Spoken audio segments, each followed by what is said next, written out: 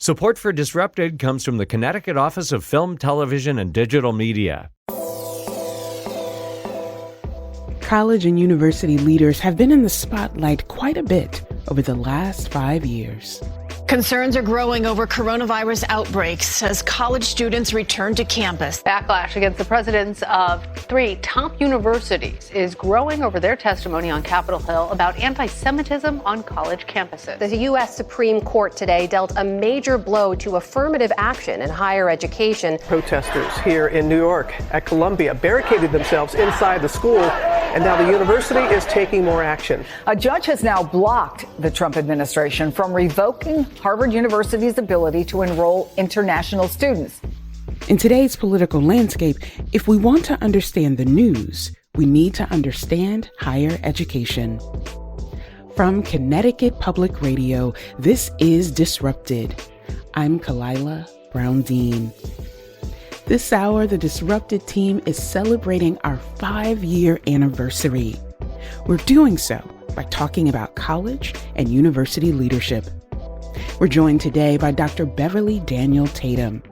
She's President Emerita of Spelman College in Atlanta, and she recently served as interim president of Mount Holyoke College in Massachusetts. Dr. Tatum is the best-selling author of Why Are All the Black Kids Sitting Together in the Cafeteria and Other Conversations About Race.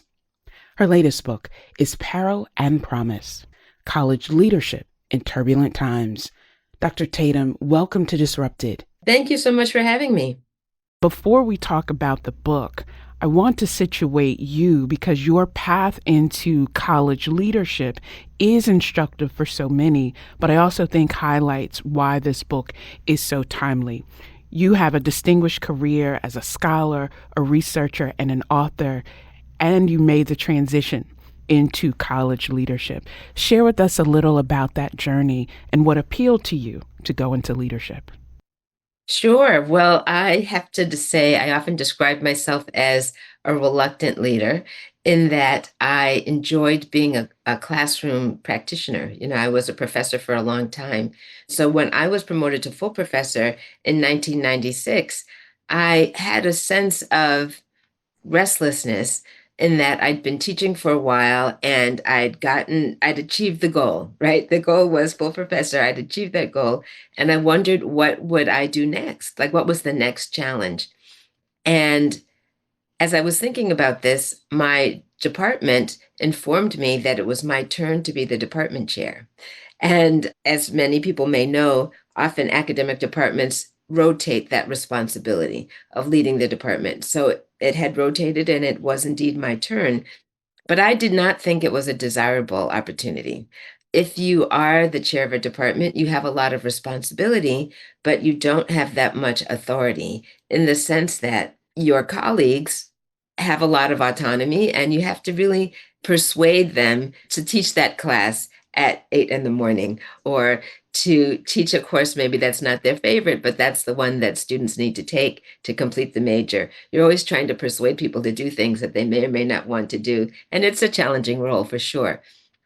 So I was in this position thinking about, gosh, I have to be chair of the department. Is that something I really want to do? Meanwhile, my book, Why Are All the Black Kids Sitting Together in the Cafeteria and Other Conversations About Race, was published in 1997 and became a very popular book pretty quickly.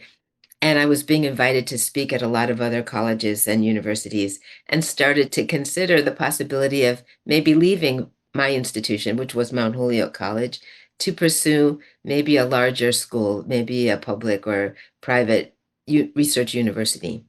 And while I was thinking about all these things, a colleague of mine suggested that really maybe the solution to my restlessness was to be the dean at Mount Holyoke. And my thought at that suggestion initially was, who in her right mind would want that job? I just imagined being an administrator as tremendously boring. And she said to me, you are not using your imagination.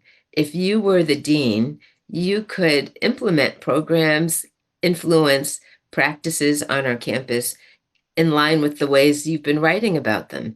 And if you were able to do that here, it would become a model for places elsewhere, and you could really have an impact. And I thought, gosh, I just hadn't thought of it in that way. So when she got me thinking about it, I thought, well, I think I'll give it a try. And I applied to be the dean and was selected. And it turned out that she was exactly right, that there was a lot of opportunity to introduce new programs, to encourage and support folks who were doing things to make the campus more inclusive, to really influence how the students experienced the environment in very positive ways. As I'm listening to you discuss your journey for our listeners, I'm nodding ahead because it resonates so deeply with my own pathway of, I'm a first generation college graduate. I went to school. I didn't know what a registrar was or a bursar, and I was introduced to this whole world of possibility in higher education and rose through the ranks and had that restlessness, particularly as a Black woman, because we are so underrepresented at those higher ranks. And to hear you talk about the possibility of having a vision, to align that vision with resources, but to have impact, I think is so appealing and so important. You became president after your term as dean and other leadership abilities. You became president of the historic Spelman College in Atlanta, Georgia. And you talked about when you retired in 2015, you started thinking about a memoir to reflect on your time as a college president. Yeah. The climate has changed in remarkable ways since 2015. And also, Dr. Tatum, in some ways it feels like the same fights, if at different levels. Talk to us about the motivation to write this newest book, Peril and Promise.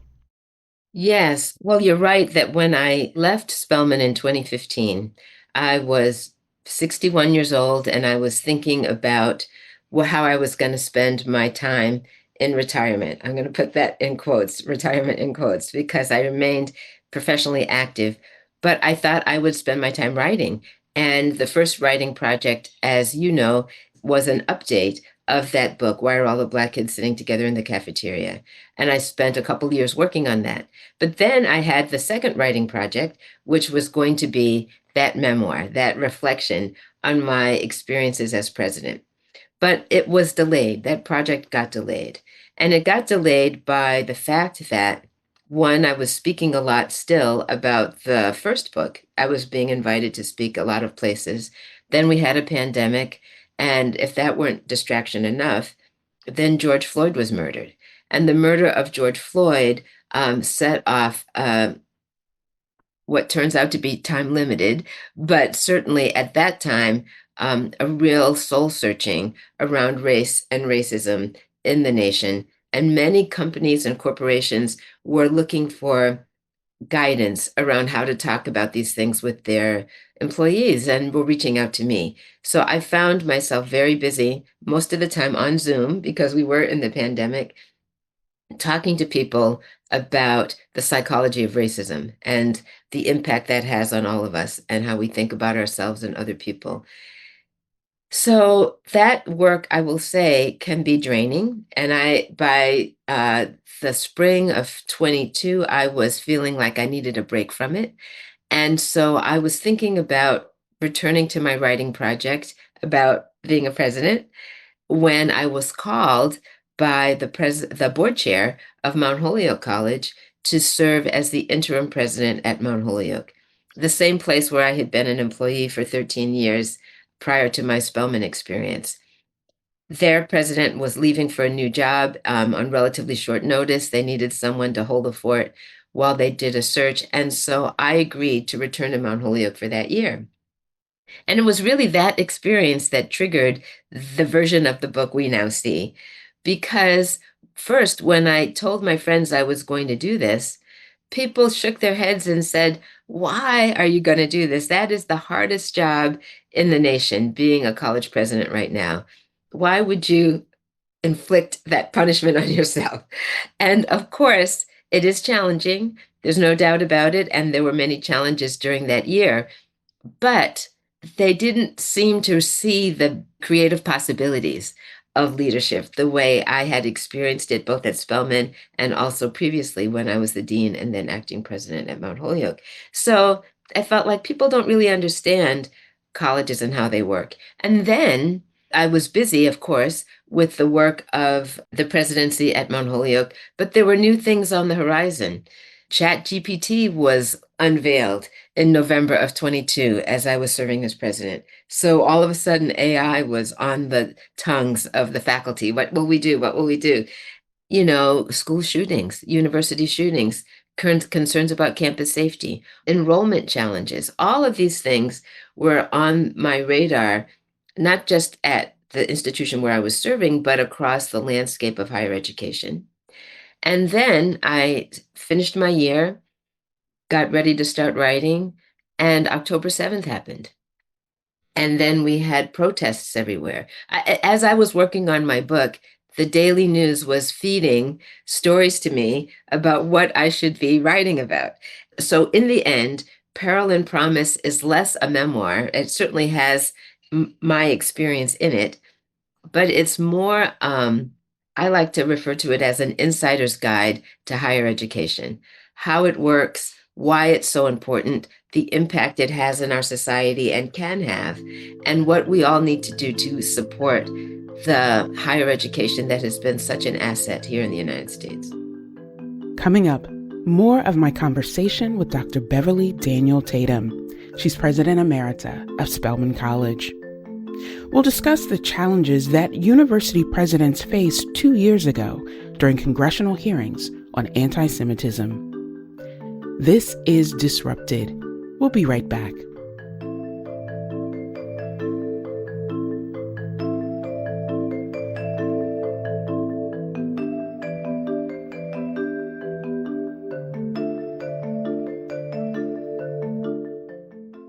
Welcome back to Disrupted. I'm Kalila Brown-Dean. This hour, we're talking with best-selling author and President Emerita of Spelman College, Dr. Beverly Daniel Tatum. Her new book is Peril and Promise, College Leadership in Turbulent Times. Even though college presidents are often in the news, many people don't understand what the role actually is. So I asked Dr. Tatum to tell us what a typical day looks like for a college president. Yes. Well, I often would tell parents when they came to visit Spelman that the college president is not the high school principal, right? If you're thinking that, my kid's having a problem in their class, I need to call the president. No, talk to her advisor, her academic dean, or better yet, talk to your student and let the student have those conversations. But I used to say it's more like being the mayor of a town or a city. There's a wide range of responsibilities and yet many things that could go wrong. If you're the mayor of the town, you are trying to advance the cause of the town, create job opportunities, create all the conditions needed for the health and welfare for your community to thrive. But when you least expect it, a water pump breaks and water is flooding your city, or weather problems come, or there's a pandemic. There are all these things that are external to you. So how do you spend your days? You spend your days talking to people, listening, trying to understand what the most pressing issues are and how you might solve them. And of course, you don't solve them alone. You're working with a team of people. And more than anything, I think you're setting a tone. We see in this moment how important the tone of the leadership is to how people feel and respond about the difficulties they're facing. So being able to convey a sense of calm in moments of crisis, being able to share a vision that people can feel is a collective vision, one that we all have stake in and are moving it forward, communication skills are critical. But one of the things I liked about being a president is what you just said, actually. Every day was different. I became an administrator in part because I felt a little bored in my role as a professor, and being an administrator offered new challenges. when you are a president, there is no shortage of challenges. And you have every day you're doing something different. But in my book, I talk about the joys of the job, many challenges, and we could talk more about what those challenges are. But among those joys are the people you meet. You know, the students you're working with, you can see how they are blossoming. You see them when they cross the stage at graduation, knowing that they are maybe the first in their families to go across that stage, and the pride that their families and they themselves feel. The problems you solve. And you know, of course, you are meeting other people besides just students, faculty, donors, really interesting people across the campus of Spelman College that I never would have met otherwise. But then the problems you solve, if you are someone who likes challenges, if you are a problem solver, you know, if you do the crossword puzzle in the morning, you know, you enjoy thinking about a challenging thing and working with other people to find solutions to vexing problems is a joy. If, you know, as someone said, problems make problem solvers shine, right? But then the purpose, and that's really the core, the thing that gets you up every morning is fulfilling the purpose, the purpose of that institution. And I think you're exactly right that we don't spend enough time talking about the purpose of higher education. We talk about it as a private good, you know, go to college, get a good job, start your career, you know, all the benefits that you as an individual are going to get. And those are real. But we don't spend enough time, I think, talking about the public good of higher education. In 1946, President Truman commissioned a commission to study higher education and its purpose. And they came up with three conclusions. And those three conclusions were this: higher education is important for the health of our democracy. You need educated people who can think critically, make good choices in the service of our democracy. And what could be more important than that right now? We also, they said, need higher education for international cooperation. When people come here to study, when people from the US go to study somewhere else, you experience what people call sometimes soft diplomacy. People get to know each other, get to know the other country in ways that lead to positive feelings. We could use some international cooperation right about now, and positive feelings for sure. And then finally, they talked about what happens with the creative imagination and trained intelligence applied to vexing social problems.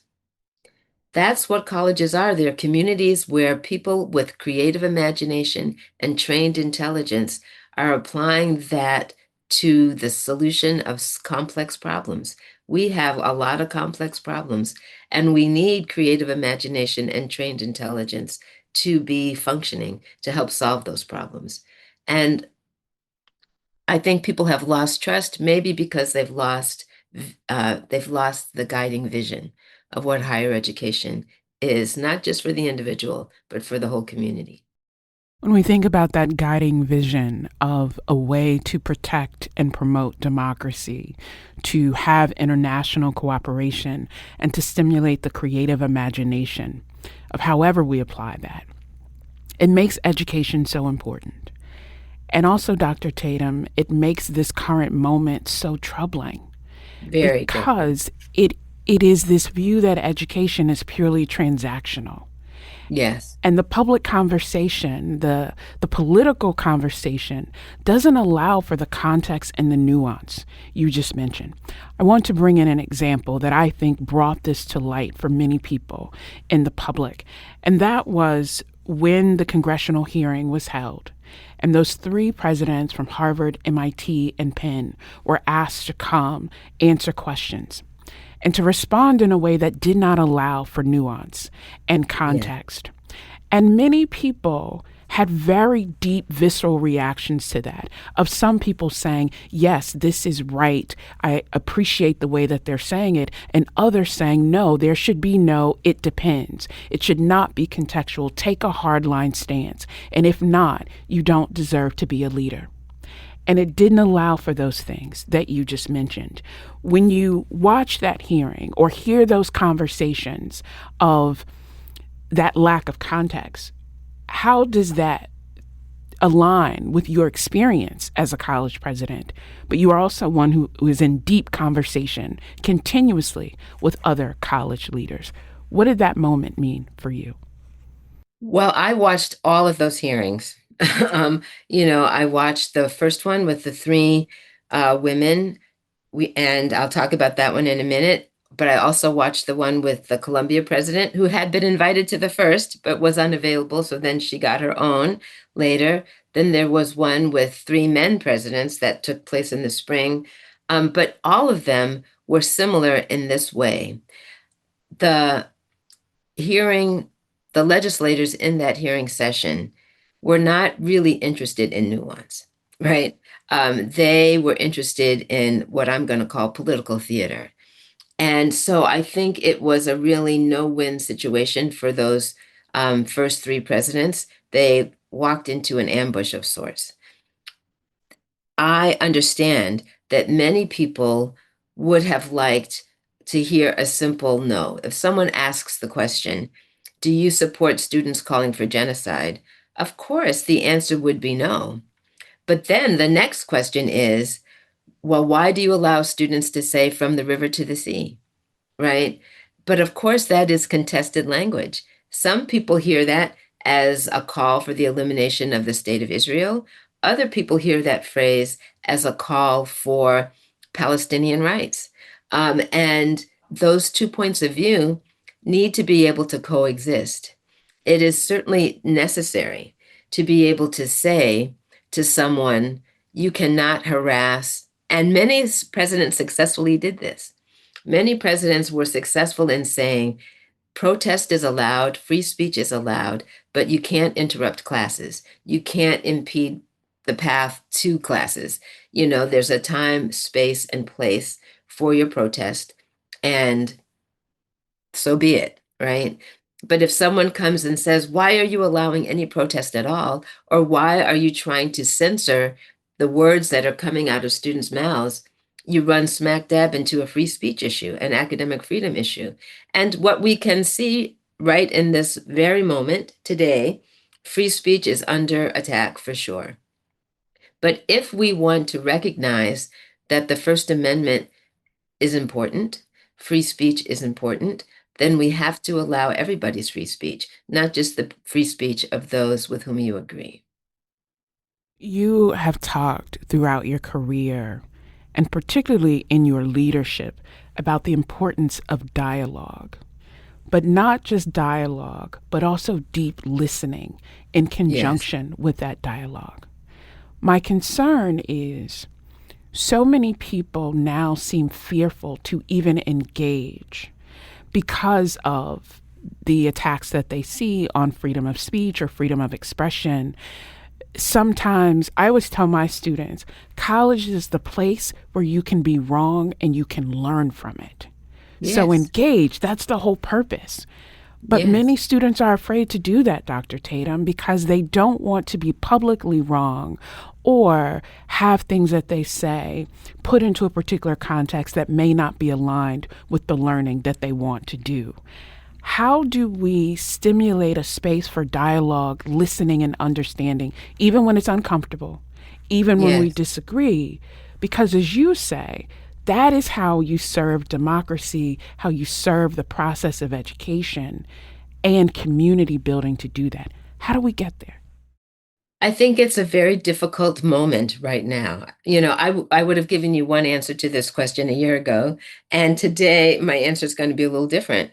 I do think this is why leadership is so critical, because if you are, let's say, a faculty member trying to foster this kind of deep listening and dialogue, allowing students to make mistakes and learn from them in the classroom, and someone wants to secretly record you and then put you on social media, you might find yourself out of a job tomorrow. We know that that has been happening to people.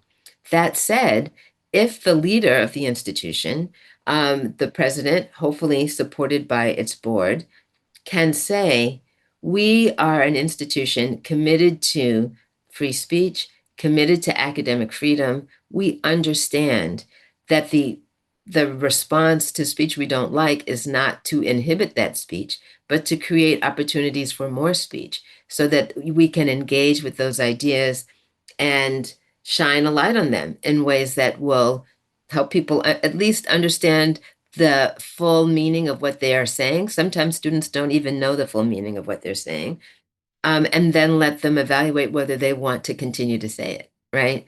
But the safety, if there is safety, the safety that is provided by an environment when the leader says, this is how we're going to move ahead. Now, we have also seen the leaders taken out, right? We saw the forced removal of Jim Ryan at the University of Virginia, the forced removal of the president of Texas A&M, again, for something that happened in the classroom. And so all of this is to say, we're living in a time where everybody needs to get more backbone, I think, to stand up, but especially the leaders who have to say, I support you. If I, as a president, can say to the faculty serving on the campus where I lead, keep in mind now I'm retired, but if I were really in that role and I was saying, we believe in academic freedom here, we believe in free speech. That doesn't mean I'm going to agree with everything you do in your classroom, but as long as you are not violating commonly held principles of good judgment, not attacking students physically, et cetera, unless you're doing something outrageous, you should have the freedom to teach what you feel is important for your students to learn in your classroom, in your discipline, in your area of expertise. And when you have that kind of support, you feel more empowered. And when students know that the faculty member is creating a space where you can express your point of view, and doesn't mean you won't be questioned, doesn't mean you won't be challenged, but you will be allowed to do that in a respectful way. And there's so many examples across higher education of faculty members of institutions where this kind of dialogue is happening and deep learning is occurring as a consequence of it. But the leader providing that framework is, I think, really important in a time such as this. Coming up, more with best-selling author Dr. Beverly Daniel Tatum. She'll offer a message to people who feel called to higher education leadership despite all the challenges. This is Disrupted. Stay with us.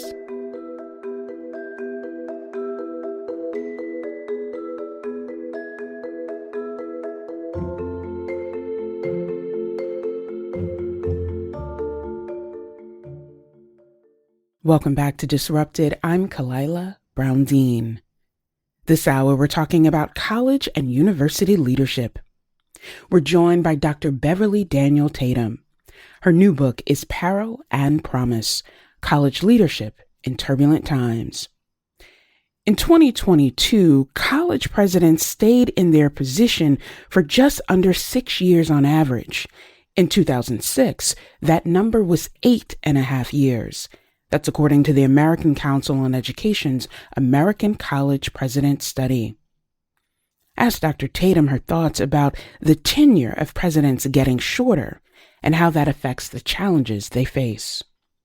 I think it makes all of them worse in this way because it's very difficult to bring about institutional change. If there's something that needs changing, and all of our institutions are growing and developing and have to change in order to thrive. But if you're trying to institute new changes, whether that's policies around use of technology or artificial intelligence or changing the quality of the student experience or introduce new academic programs, it takes time for those changes to take hold. And many people say 10 years is about the sweet spot. You've got the first 5 years is identifying what needs to be done and getting it started. And then you need the next 5 to really anchor those changes in the culture of the organization. And then you're ready to pass the baton in an ideal world. When I started at Spelman, I thought I'd be there 10 years. As it turned out, it was 13. But it was when the institution had momentum that I passed my baton to the next leader, Dr. Mary Schmidt Campbell, who continued to run with it. And so it is important for institutions to have a sense of stability. When there's a lot of turnover at the top, that instability in some ways starts to become self-perpetuating because it's hard to recruit talented people into a churned up situation, right? So you need stability not only to anchor the things you're trying to accomplish, but also to position the institution to attract leadership talent. When we look at places where there's been a lot of high turnover, rapid turnover, things happen. Sometimes somebody has a short tenure for illness reasons or any number of reasons. But when it's a repeated pattern, that nobody's staying very long, you have to wonder what's going on at the board level, because the board is responsible for hiring. What are they choosing the wrong people, or are they not supporting the person after they hire? Are their expectations unreasonable? There's all kinds of questions that might be asked, but certainly stability is an important part of institutional health. We've talked a lot about the perils for college leaders. I Yes. want to talk about the promise. Yes. So earlier this year, I was at junior preview day at Spelman with my now high school senior. And we were sitting there in the chapel when the directive came from the White House about higher education, about preferences, all of those things. Mm-hmm. And for a moment, my heart sank because I thought, what will this mean for all of these amazing young women who are so excited? And that lasted for a moment because the Yes. next speaker talked about, we have been prepared for such a time as this. This may be a new challenge, but it is not new in terms of people coming together, affirming the power of education and saying we will continue to deliver on a mission, even if the way that we deliver it may be different. When you think about the promise of higher education, the promise of leadership, even and especially in these moments, what are you focusing on? I'm focusing on just what you said.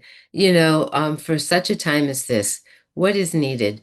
Commitment to the vision, to the purpose of education. If we understand the power of what it means to bring students together, and I say that together because you're not just learning from the faculty, students are learning from each other.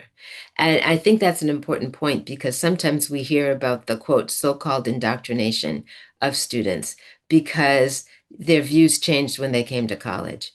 A lot of times your views change because you had a roommate who taught you something you didn't know before, whose life experience was different from your own. And your view of what it meant to be fill in the blank was changed because you got to know someone who was filling in that blank. And you understood that person's life experience in a way that touched your own imagination, your own heart, in terms of how you were able to embrace and include others. But if we understand that courage is needed, there's no place more courageous than an HBCU. If we go back to their founding, let's talk about Spelman for just a moment.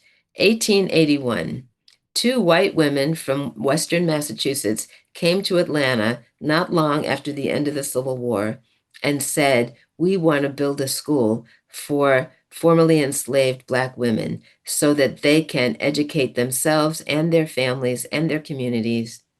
I can assure you that was not a popular idea.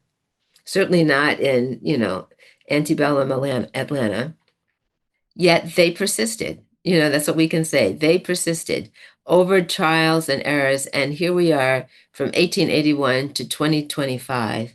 And not only does Spelman still exist, it's ranked as one of the leading liberal arts colleges in the nation, not just the top HBCU, but one of the leading liberal arts colleges in the nation, and still delivering on the promise to young Black women who come there and can say, this place was built for me. I'm going to be at the center of the educational experience, no matter what happens in Washington. I'm going to be at the center of this educational experience where I will be mentored and see myself reflected, not only on the walls and in the statues and the pictures in the museum or wherever they might be, but also in the people I see walking around every day, the women who came before me and the women who will be coming after me. And that is a sense of possibility that nobody can take from you.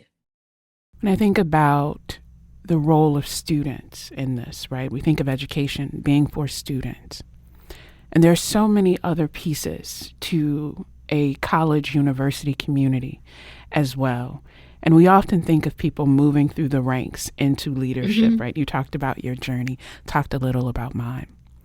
Some people may see what's happening or what has happened and say, why would I take that on? Why would I take on the challenge? And that is where I think your emphasis on promise is so critical, that if we reflect on what education has meant in our lives, the lives of people we care about, then we want to make that accessible and a reality for other people. You serve as a mentor, an advisor, a consultant, a sage for so many. What do you say to people when they are working through that tension of, I want to do good work and I'm facing these challenges? What's your message to them? I have two messages. One is I want to acknowledge that there's a sense of calling, right? Some people choose a position of leadership because they want to wear the robe. They want to be in the president's house. They want the title. And what I'm describing is sort of an ego desire. But what I'm talking about is not that at all. What I'm talking about is that sort of inner spirit voice that is saying, you are needed for such a time as this. This is your moment to step up. And if you're feeling that call, then you have to, in my opinion, lean into it. And if you do, as a friend of mine said, God will not lead you where God cannot keep you, right? That's an important thing to say. But when you find yourself in that role, and eventually you will, it will be hard. Even under the best of times, it's hard, right? Because it's so much responsibility and, the job is 24/7. Someone once said to me, you have to find an institution you truly love because at the end of the day, you will do a lot for your lover, right? You will give a lot to the institution that you really care about and the mission that you really care about. But when you have that passion project, you have to engage in self-care because if something happens to you, they will get another one, right? No one is irreplaceable.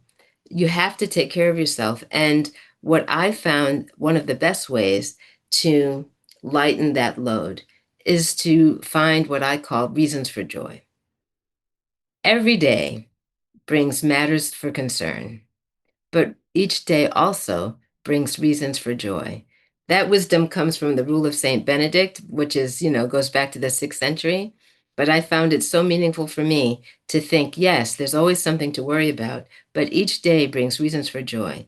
And if you can take a few minutes in the middle of your day to think about what's today's reason for joy, that helps you put a smile back on your face and ready to look for more reasons for joy. And maybe that reason is the conversation you just had with the student who needed financial aid and you found some money for her. That's a reason for joy. Or maybe it is simply walking across the campus and enjoying the beauty of it, as the sun is setting. There are reasons for joy every day. If you can find them, you can do the job. I feel like you are speaking to me and to my soul directly, because it is easy for us to be overwhelmed. But there's a power in that joy as an affirmation that we are entitled to joy, to experience it, whether it's a mundane way or an extraordinary way. And we also have the opportunities to share and build joy. And so I'm honored that you have been our guest to talk about your journey, the ways that you are speaking life into others' journeys, and to remind us that for all the challenge, there is still tremendous possibility if we embrace it and lean into it. Dr. Beverly Daniel Tatum is President Emerita of Spelman College. She recently served as interim president of Mount Holyoke College. Her newest book is Peril and Promise, College Leadership in Turbulent Times. Thank you, Dr. Tatum. I've really enjoyed our conversation. Disrupted is produced by Kevin Chang Barnum.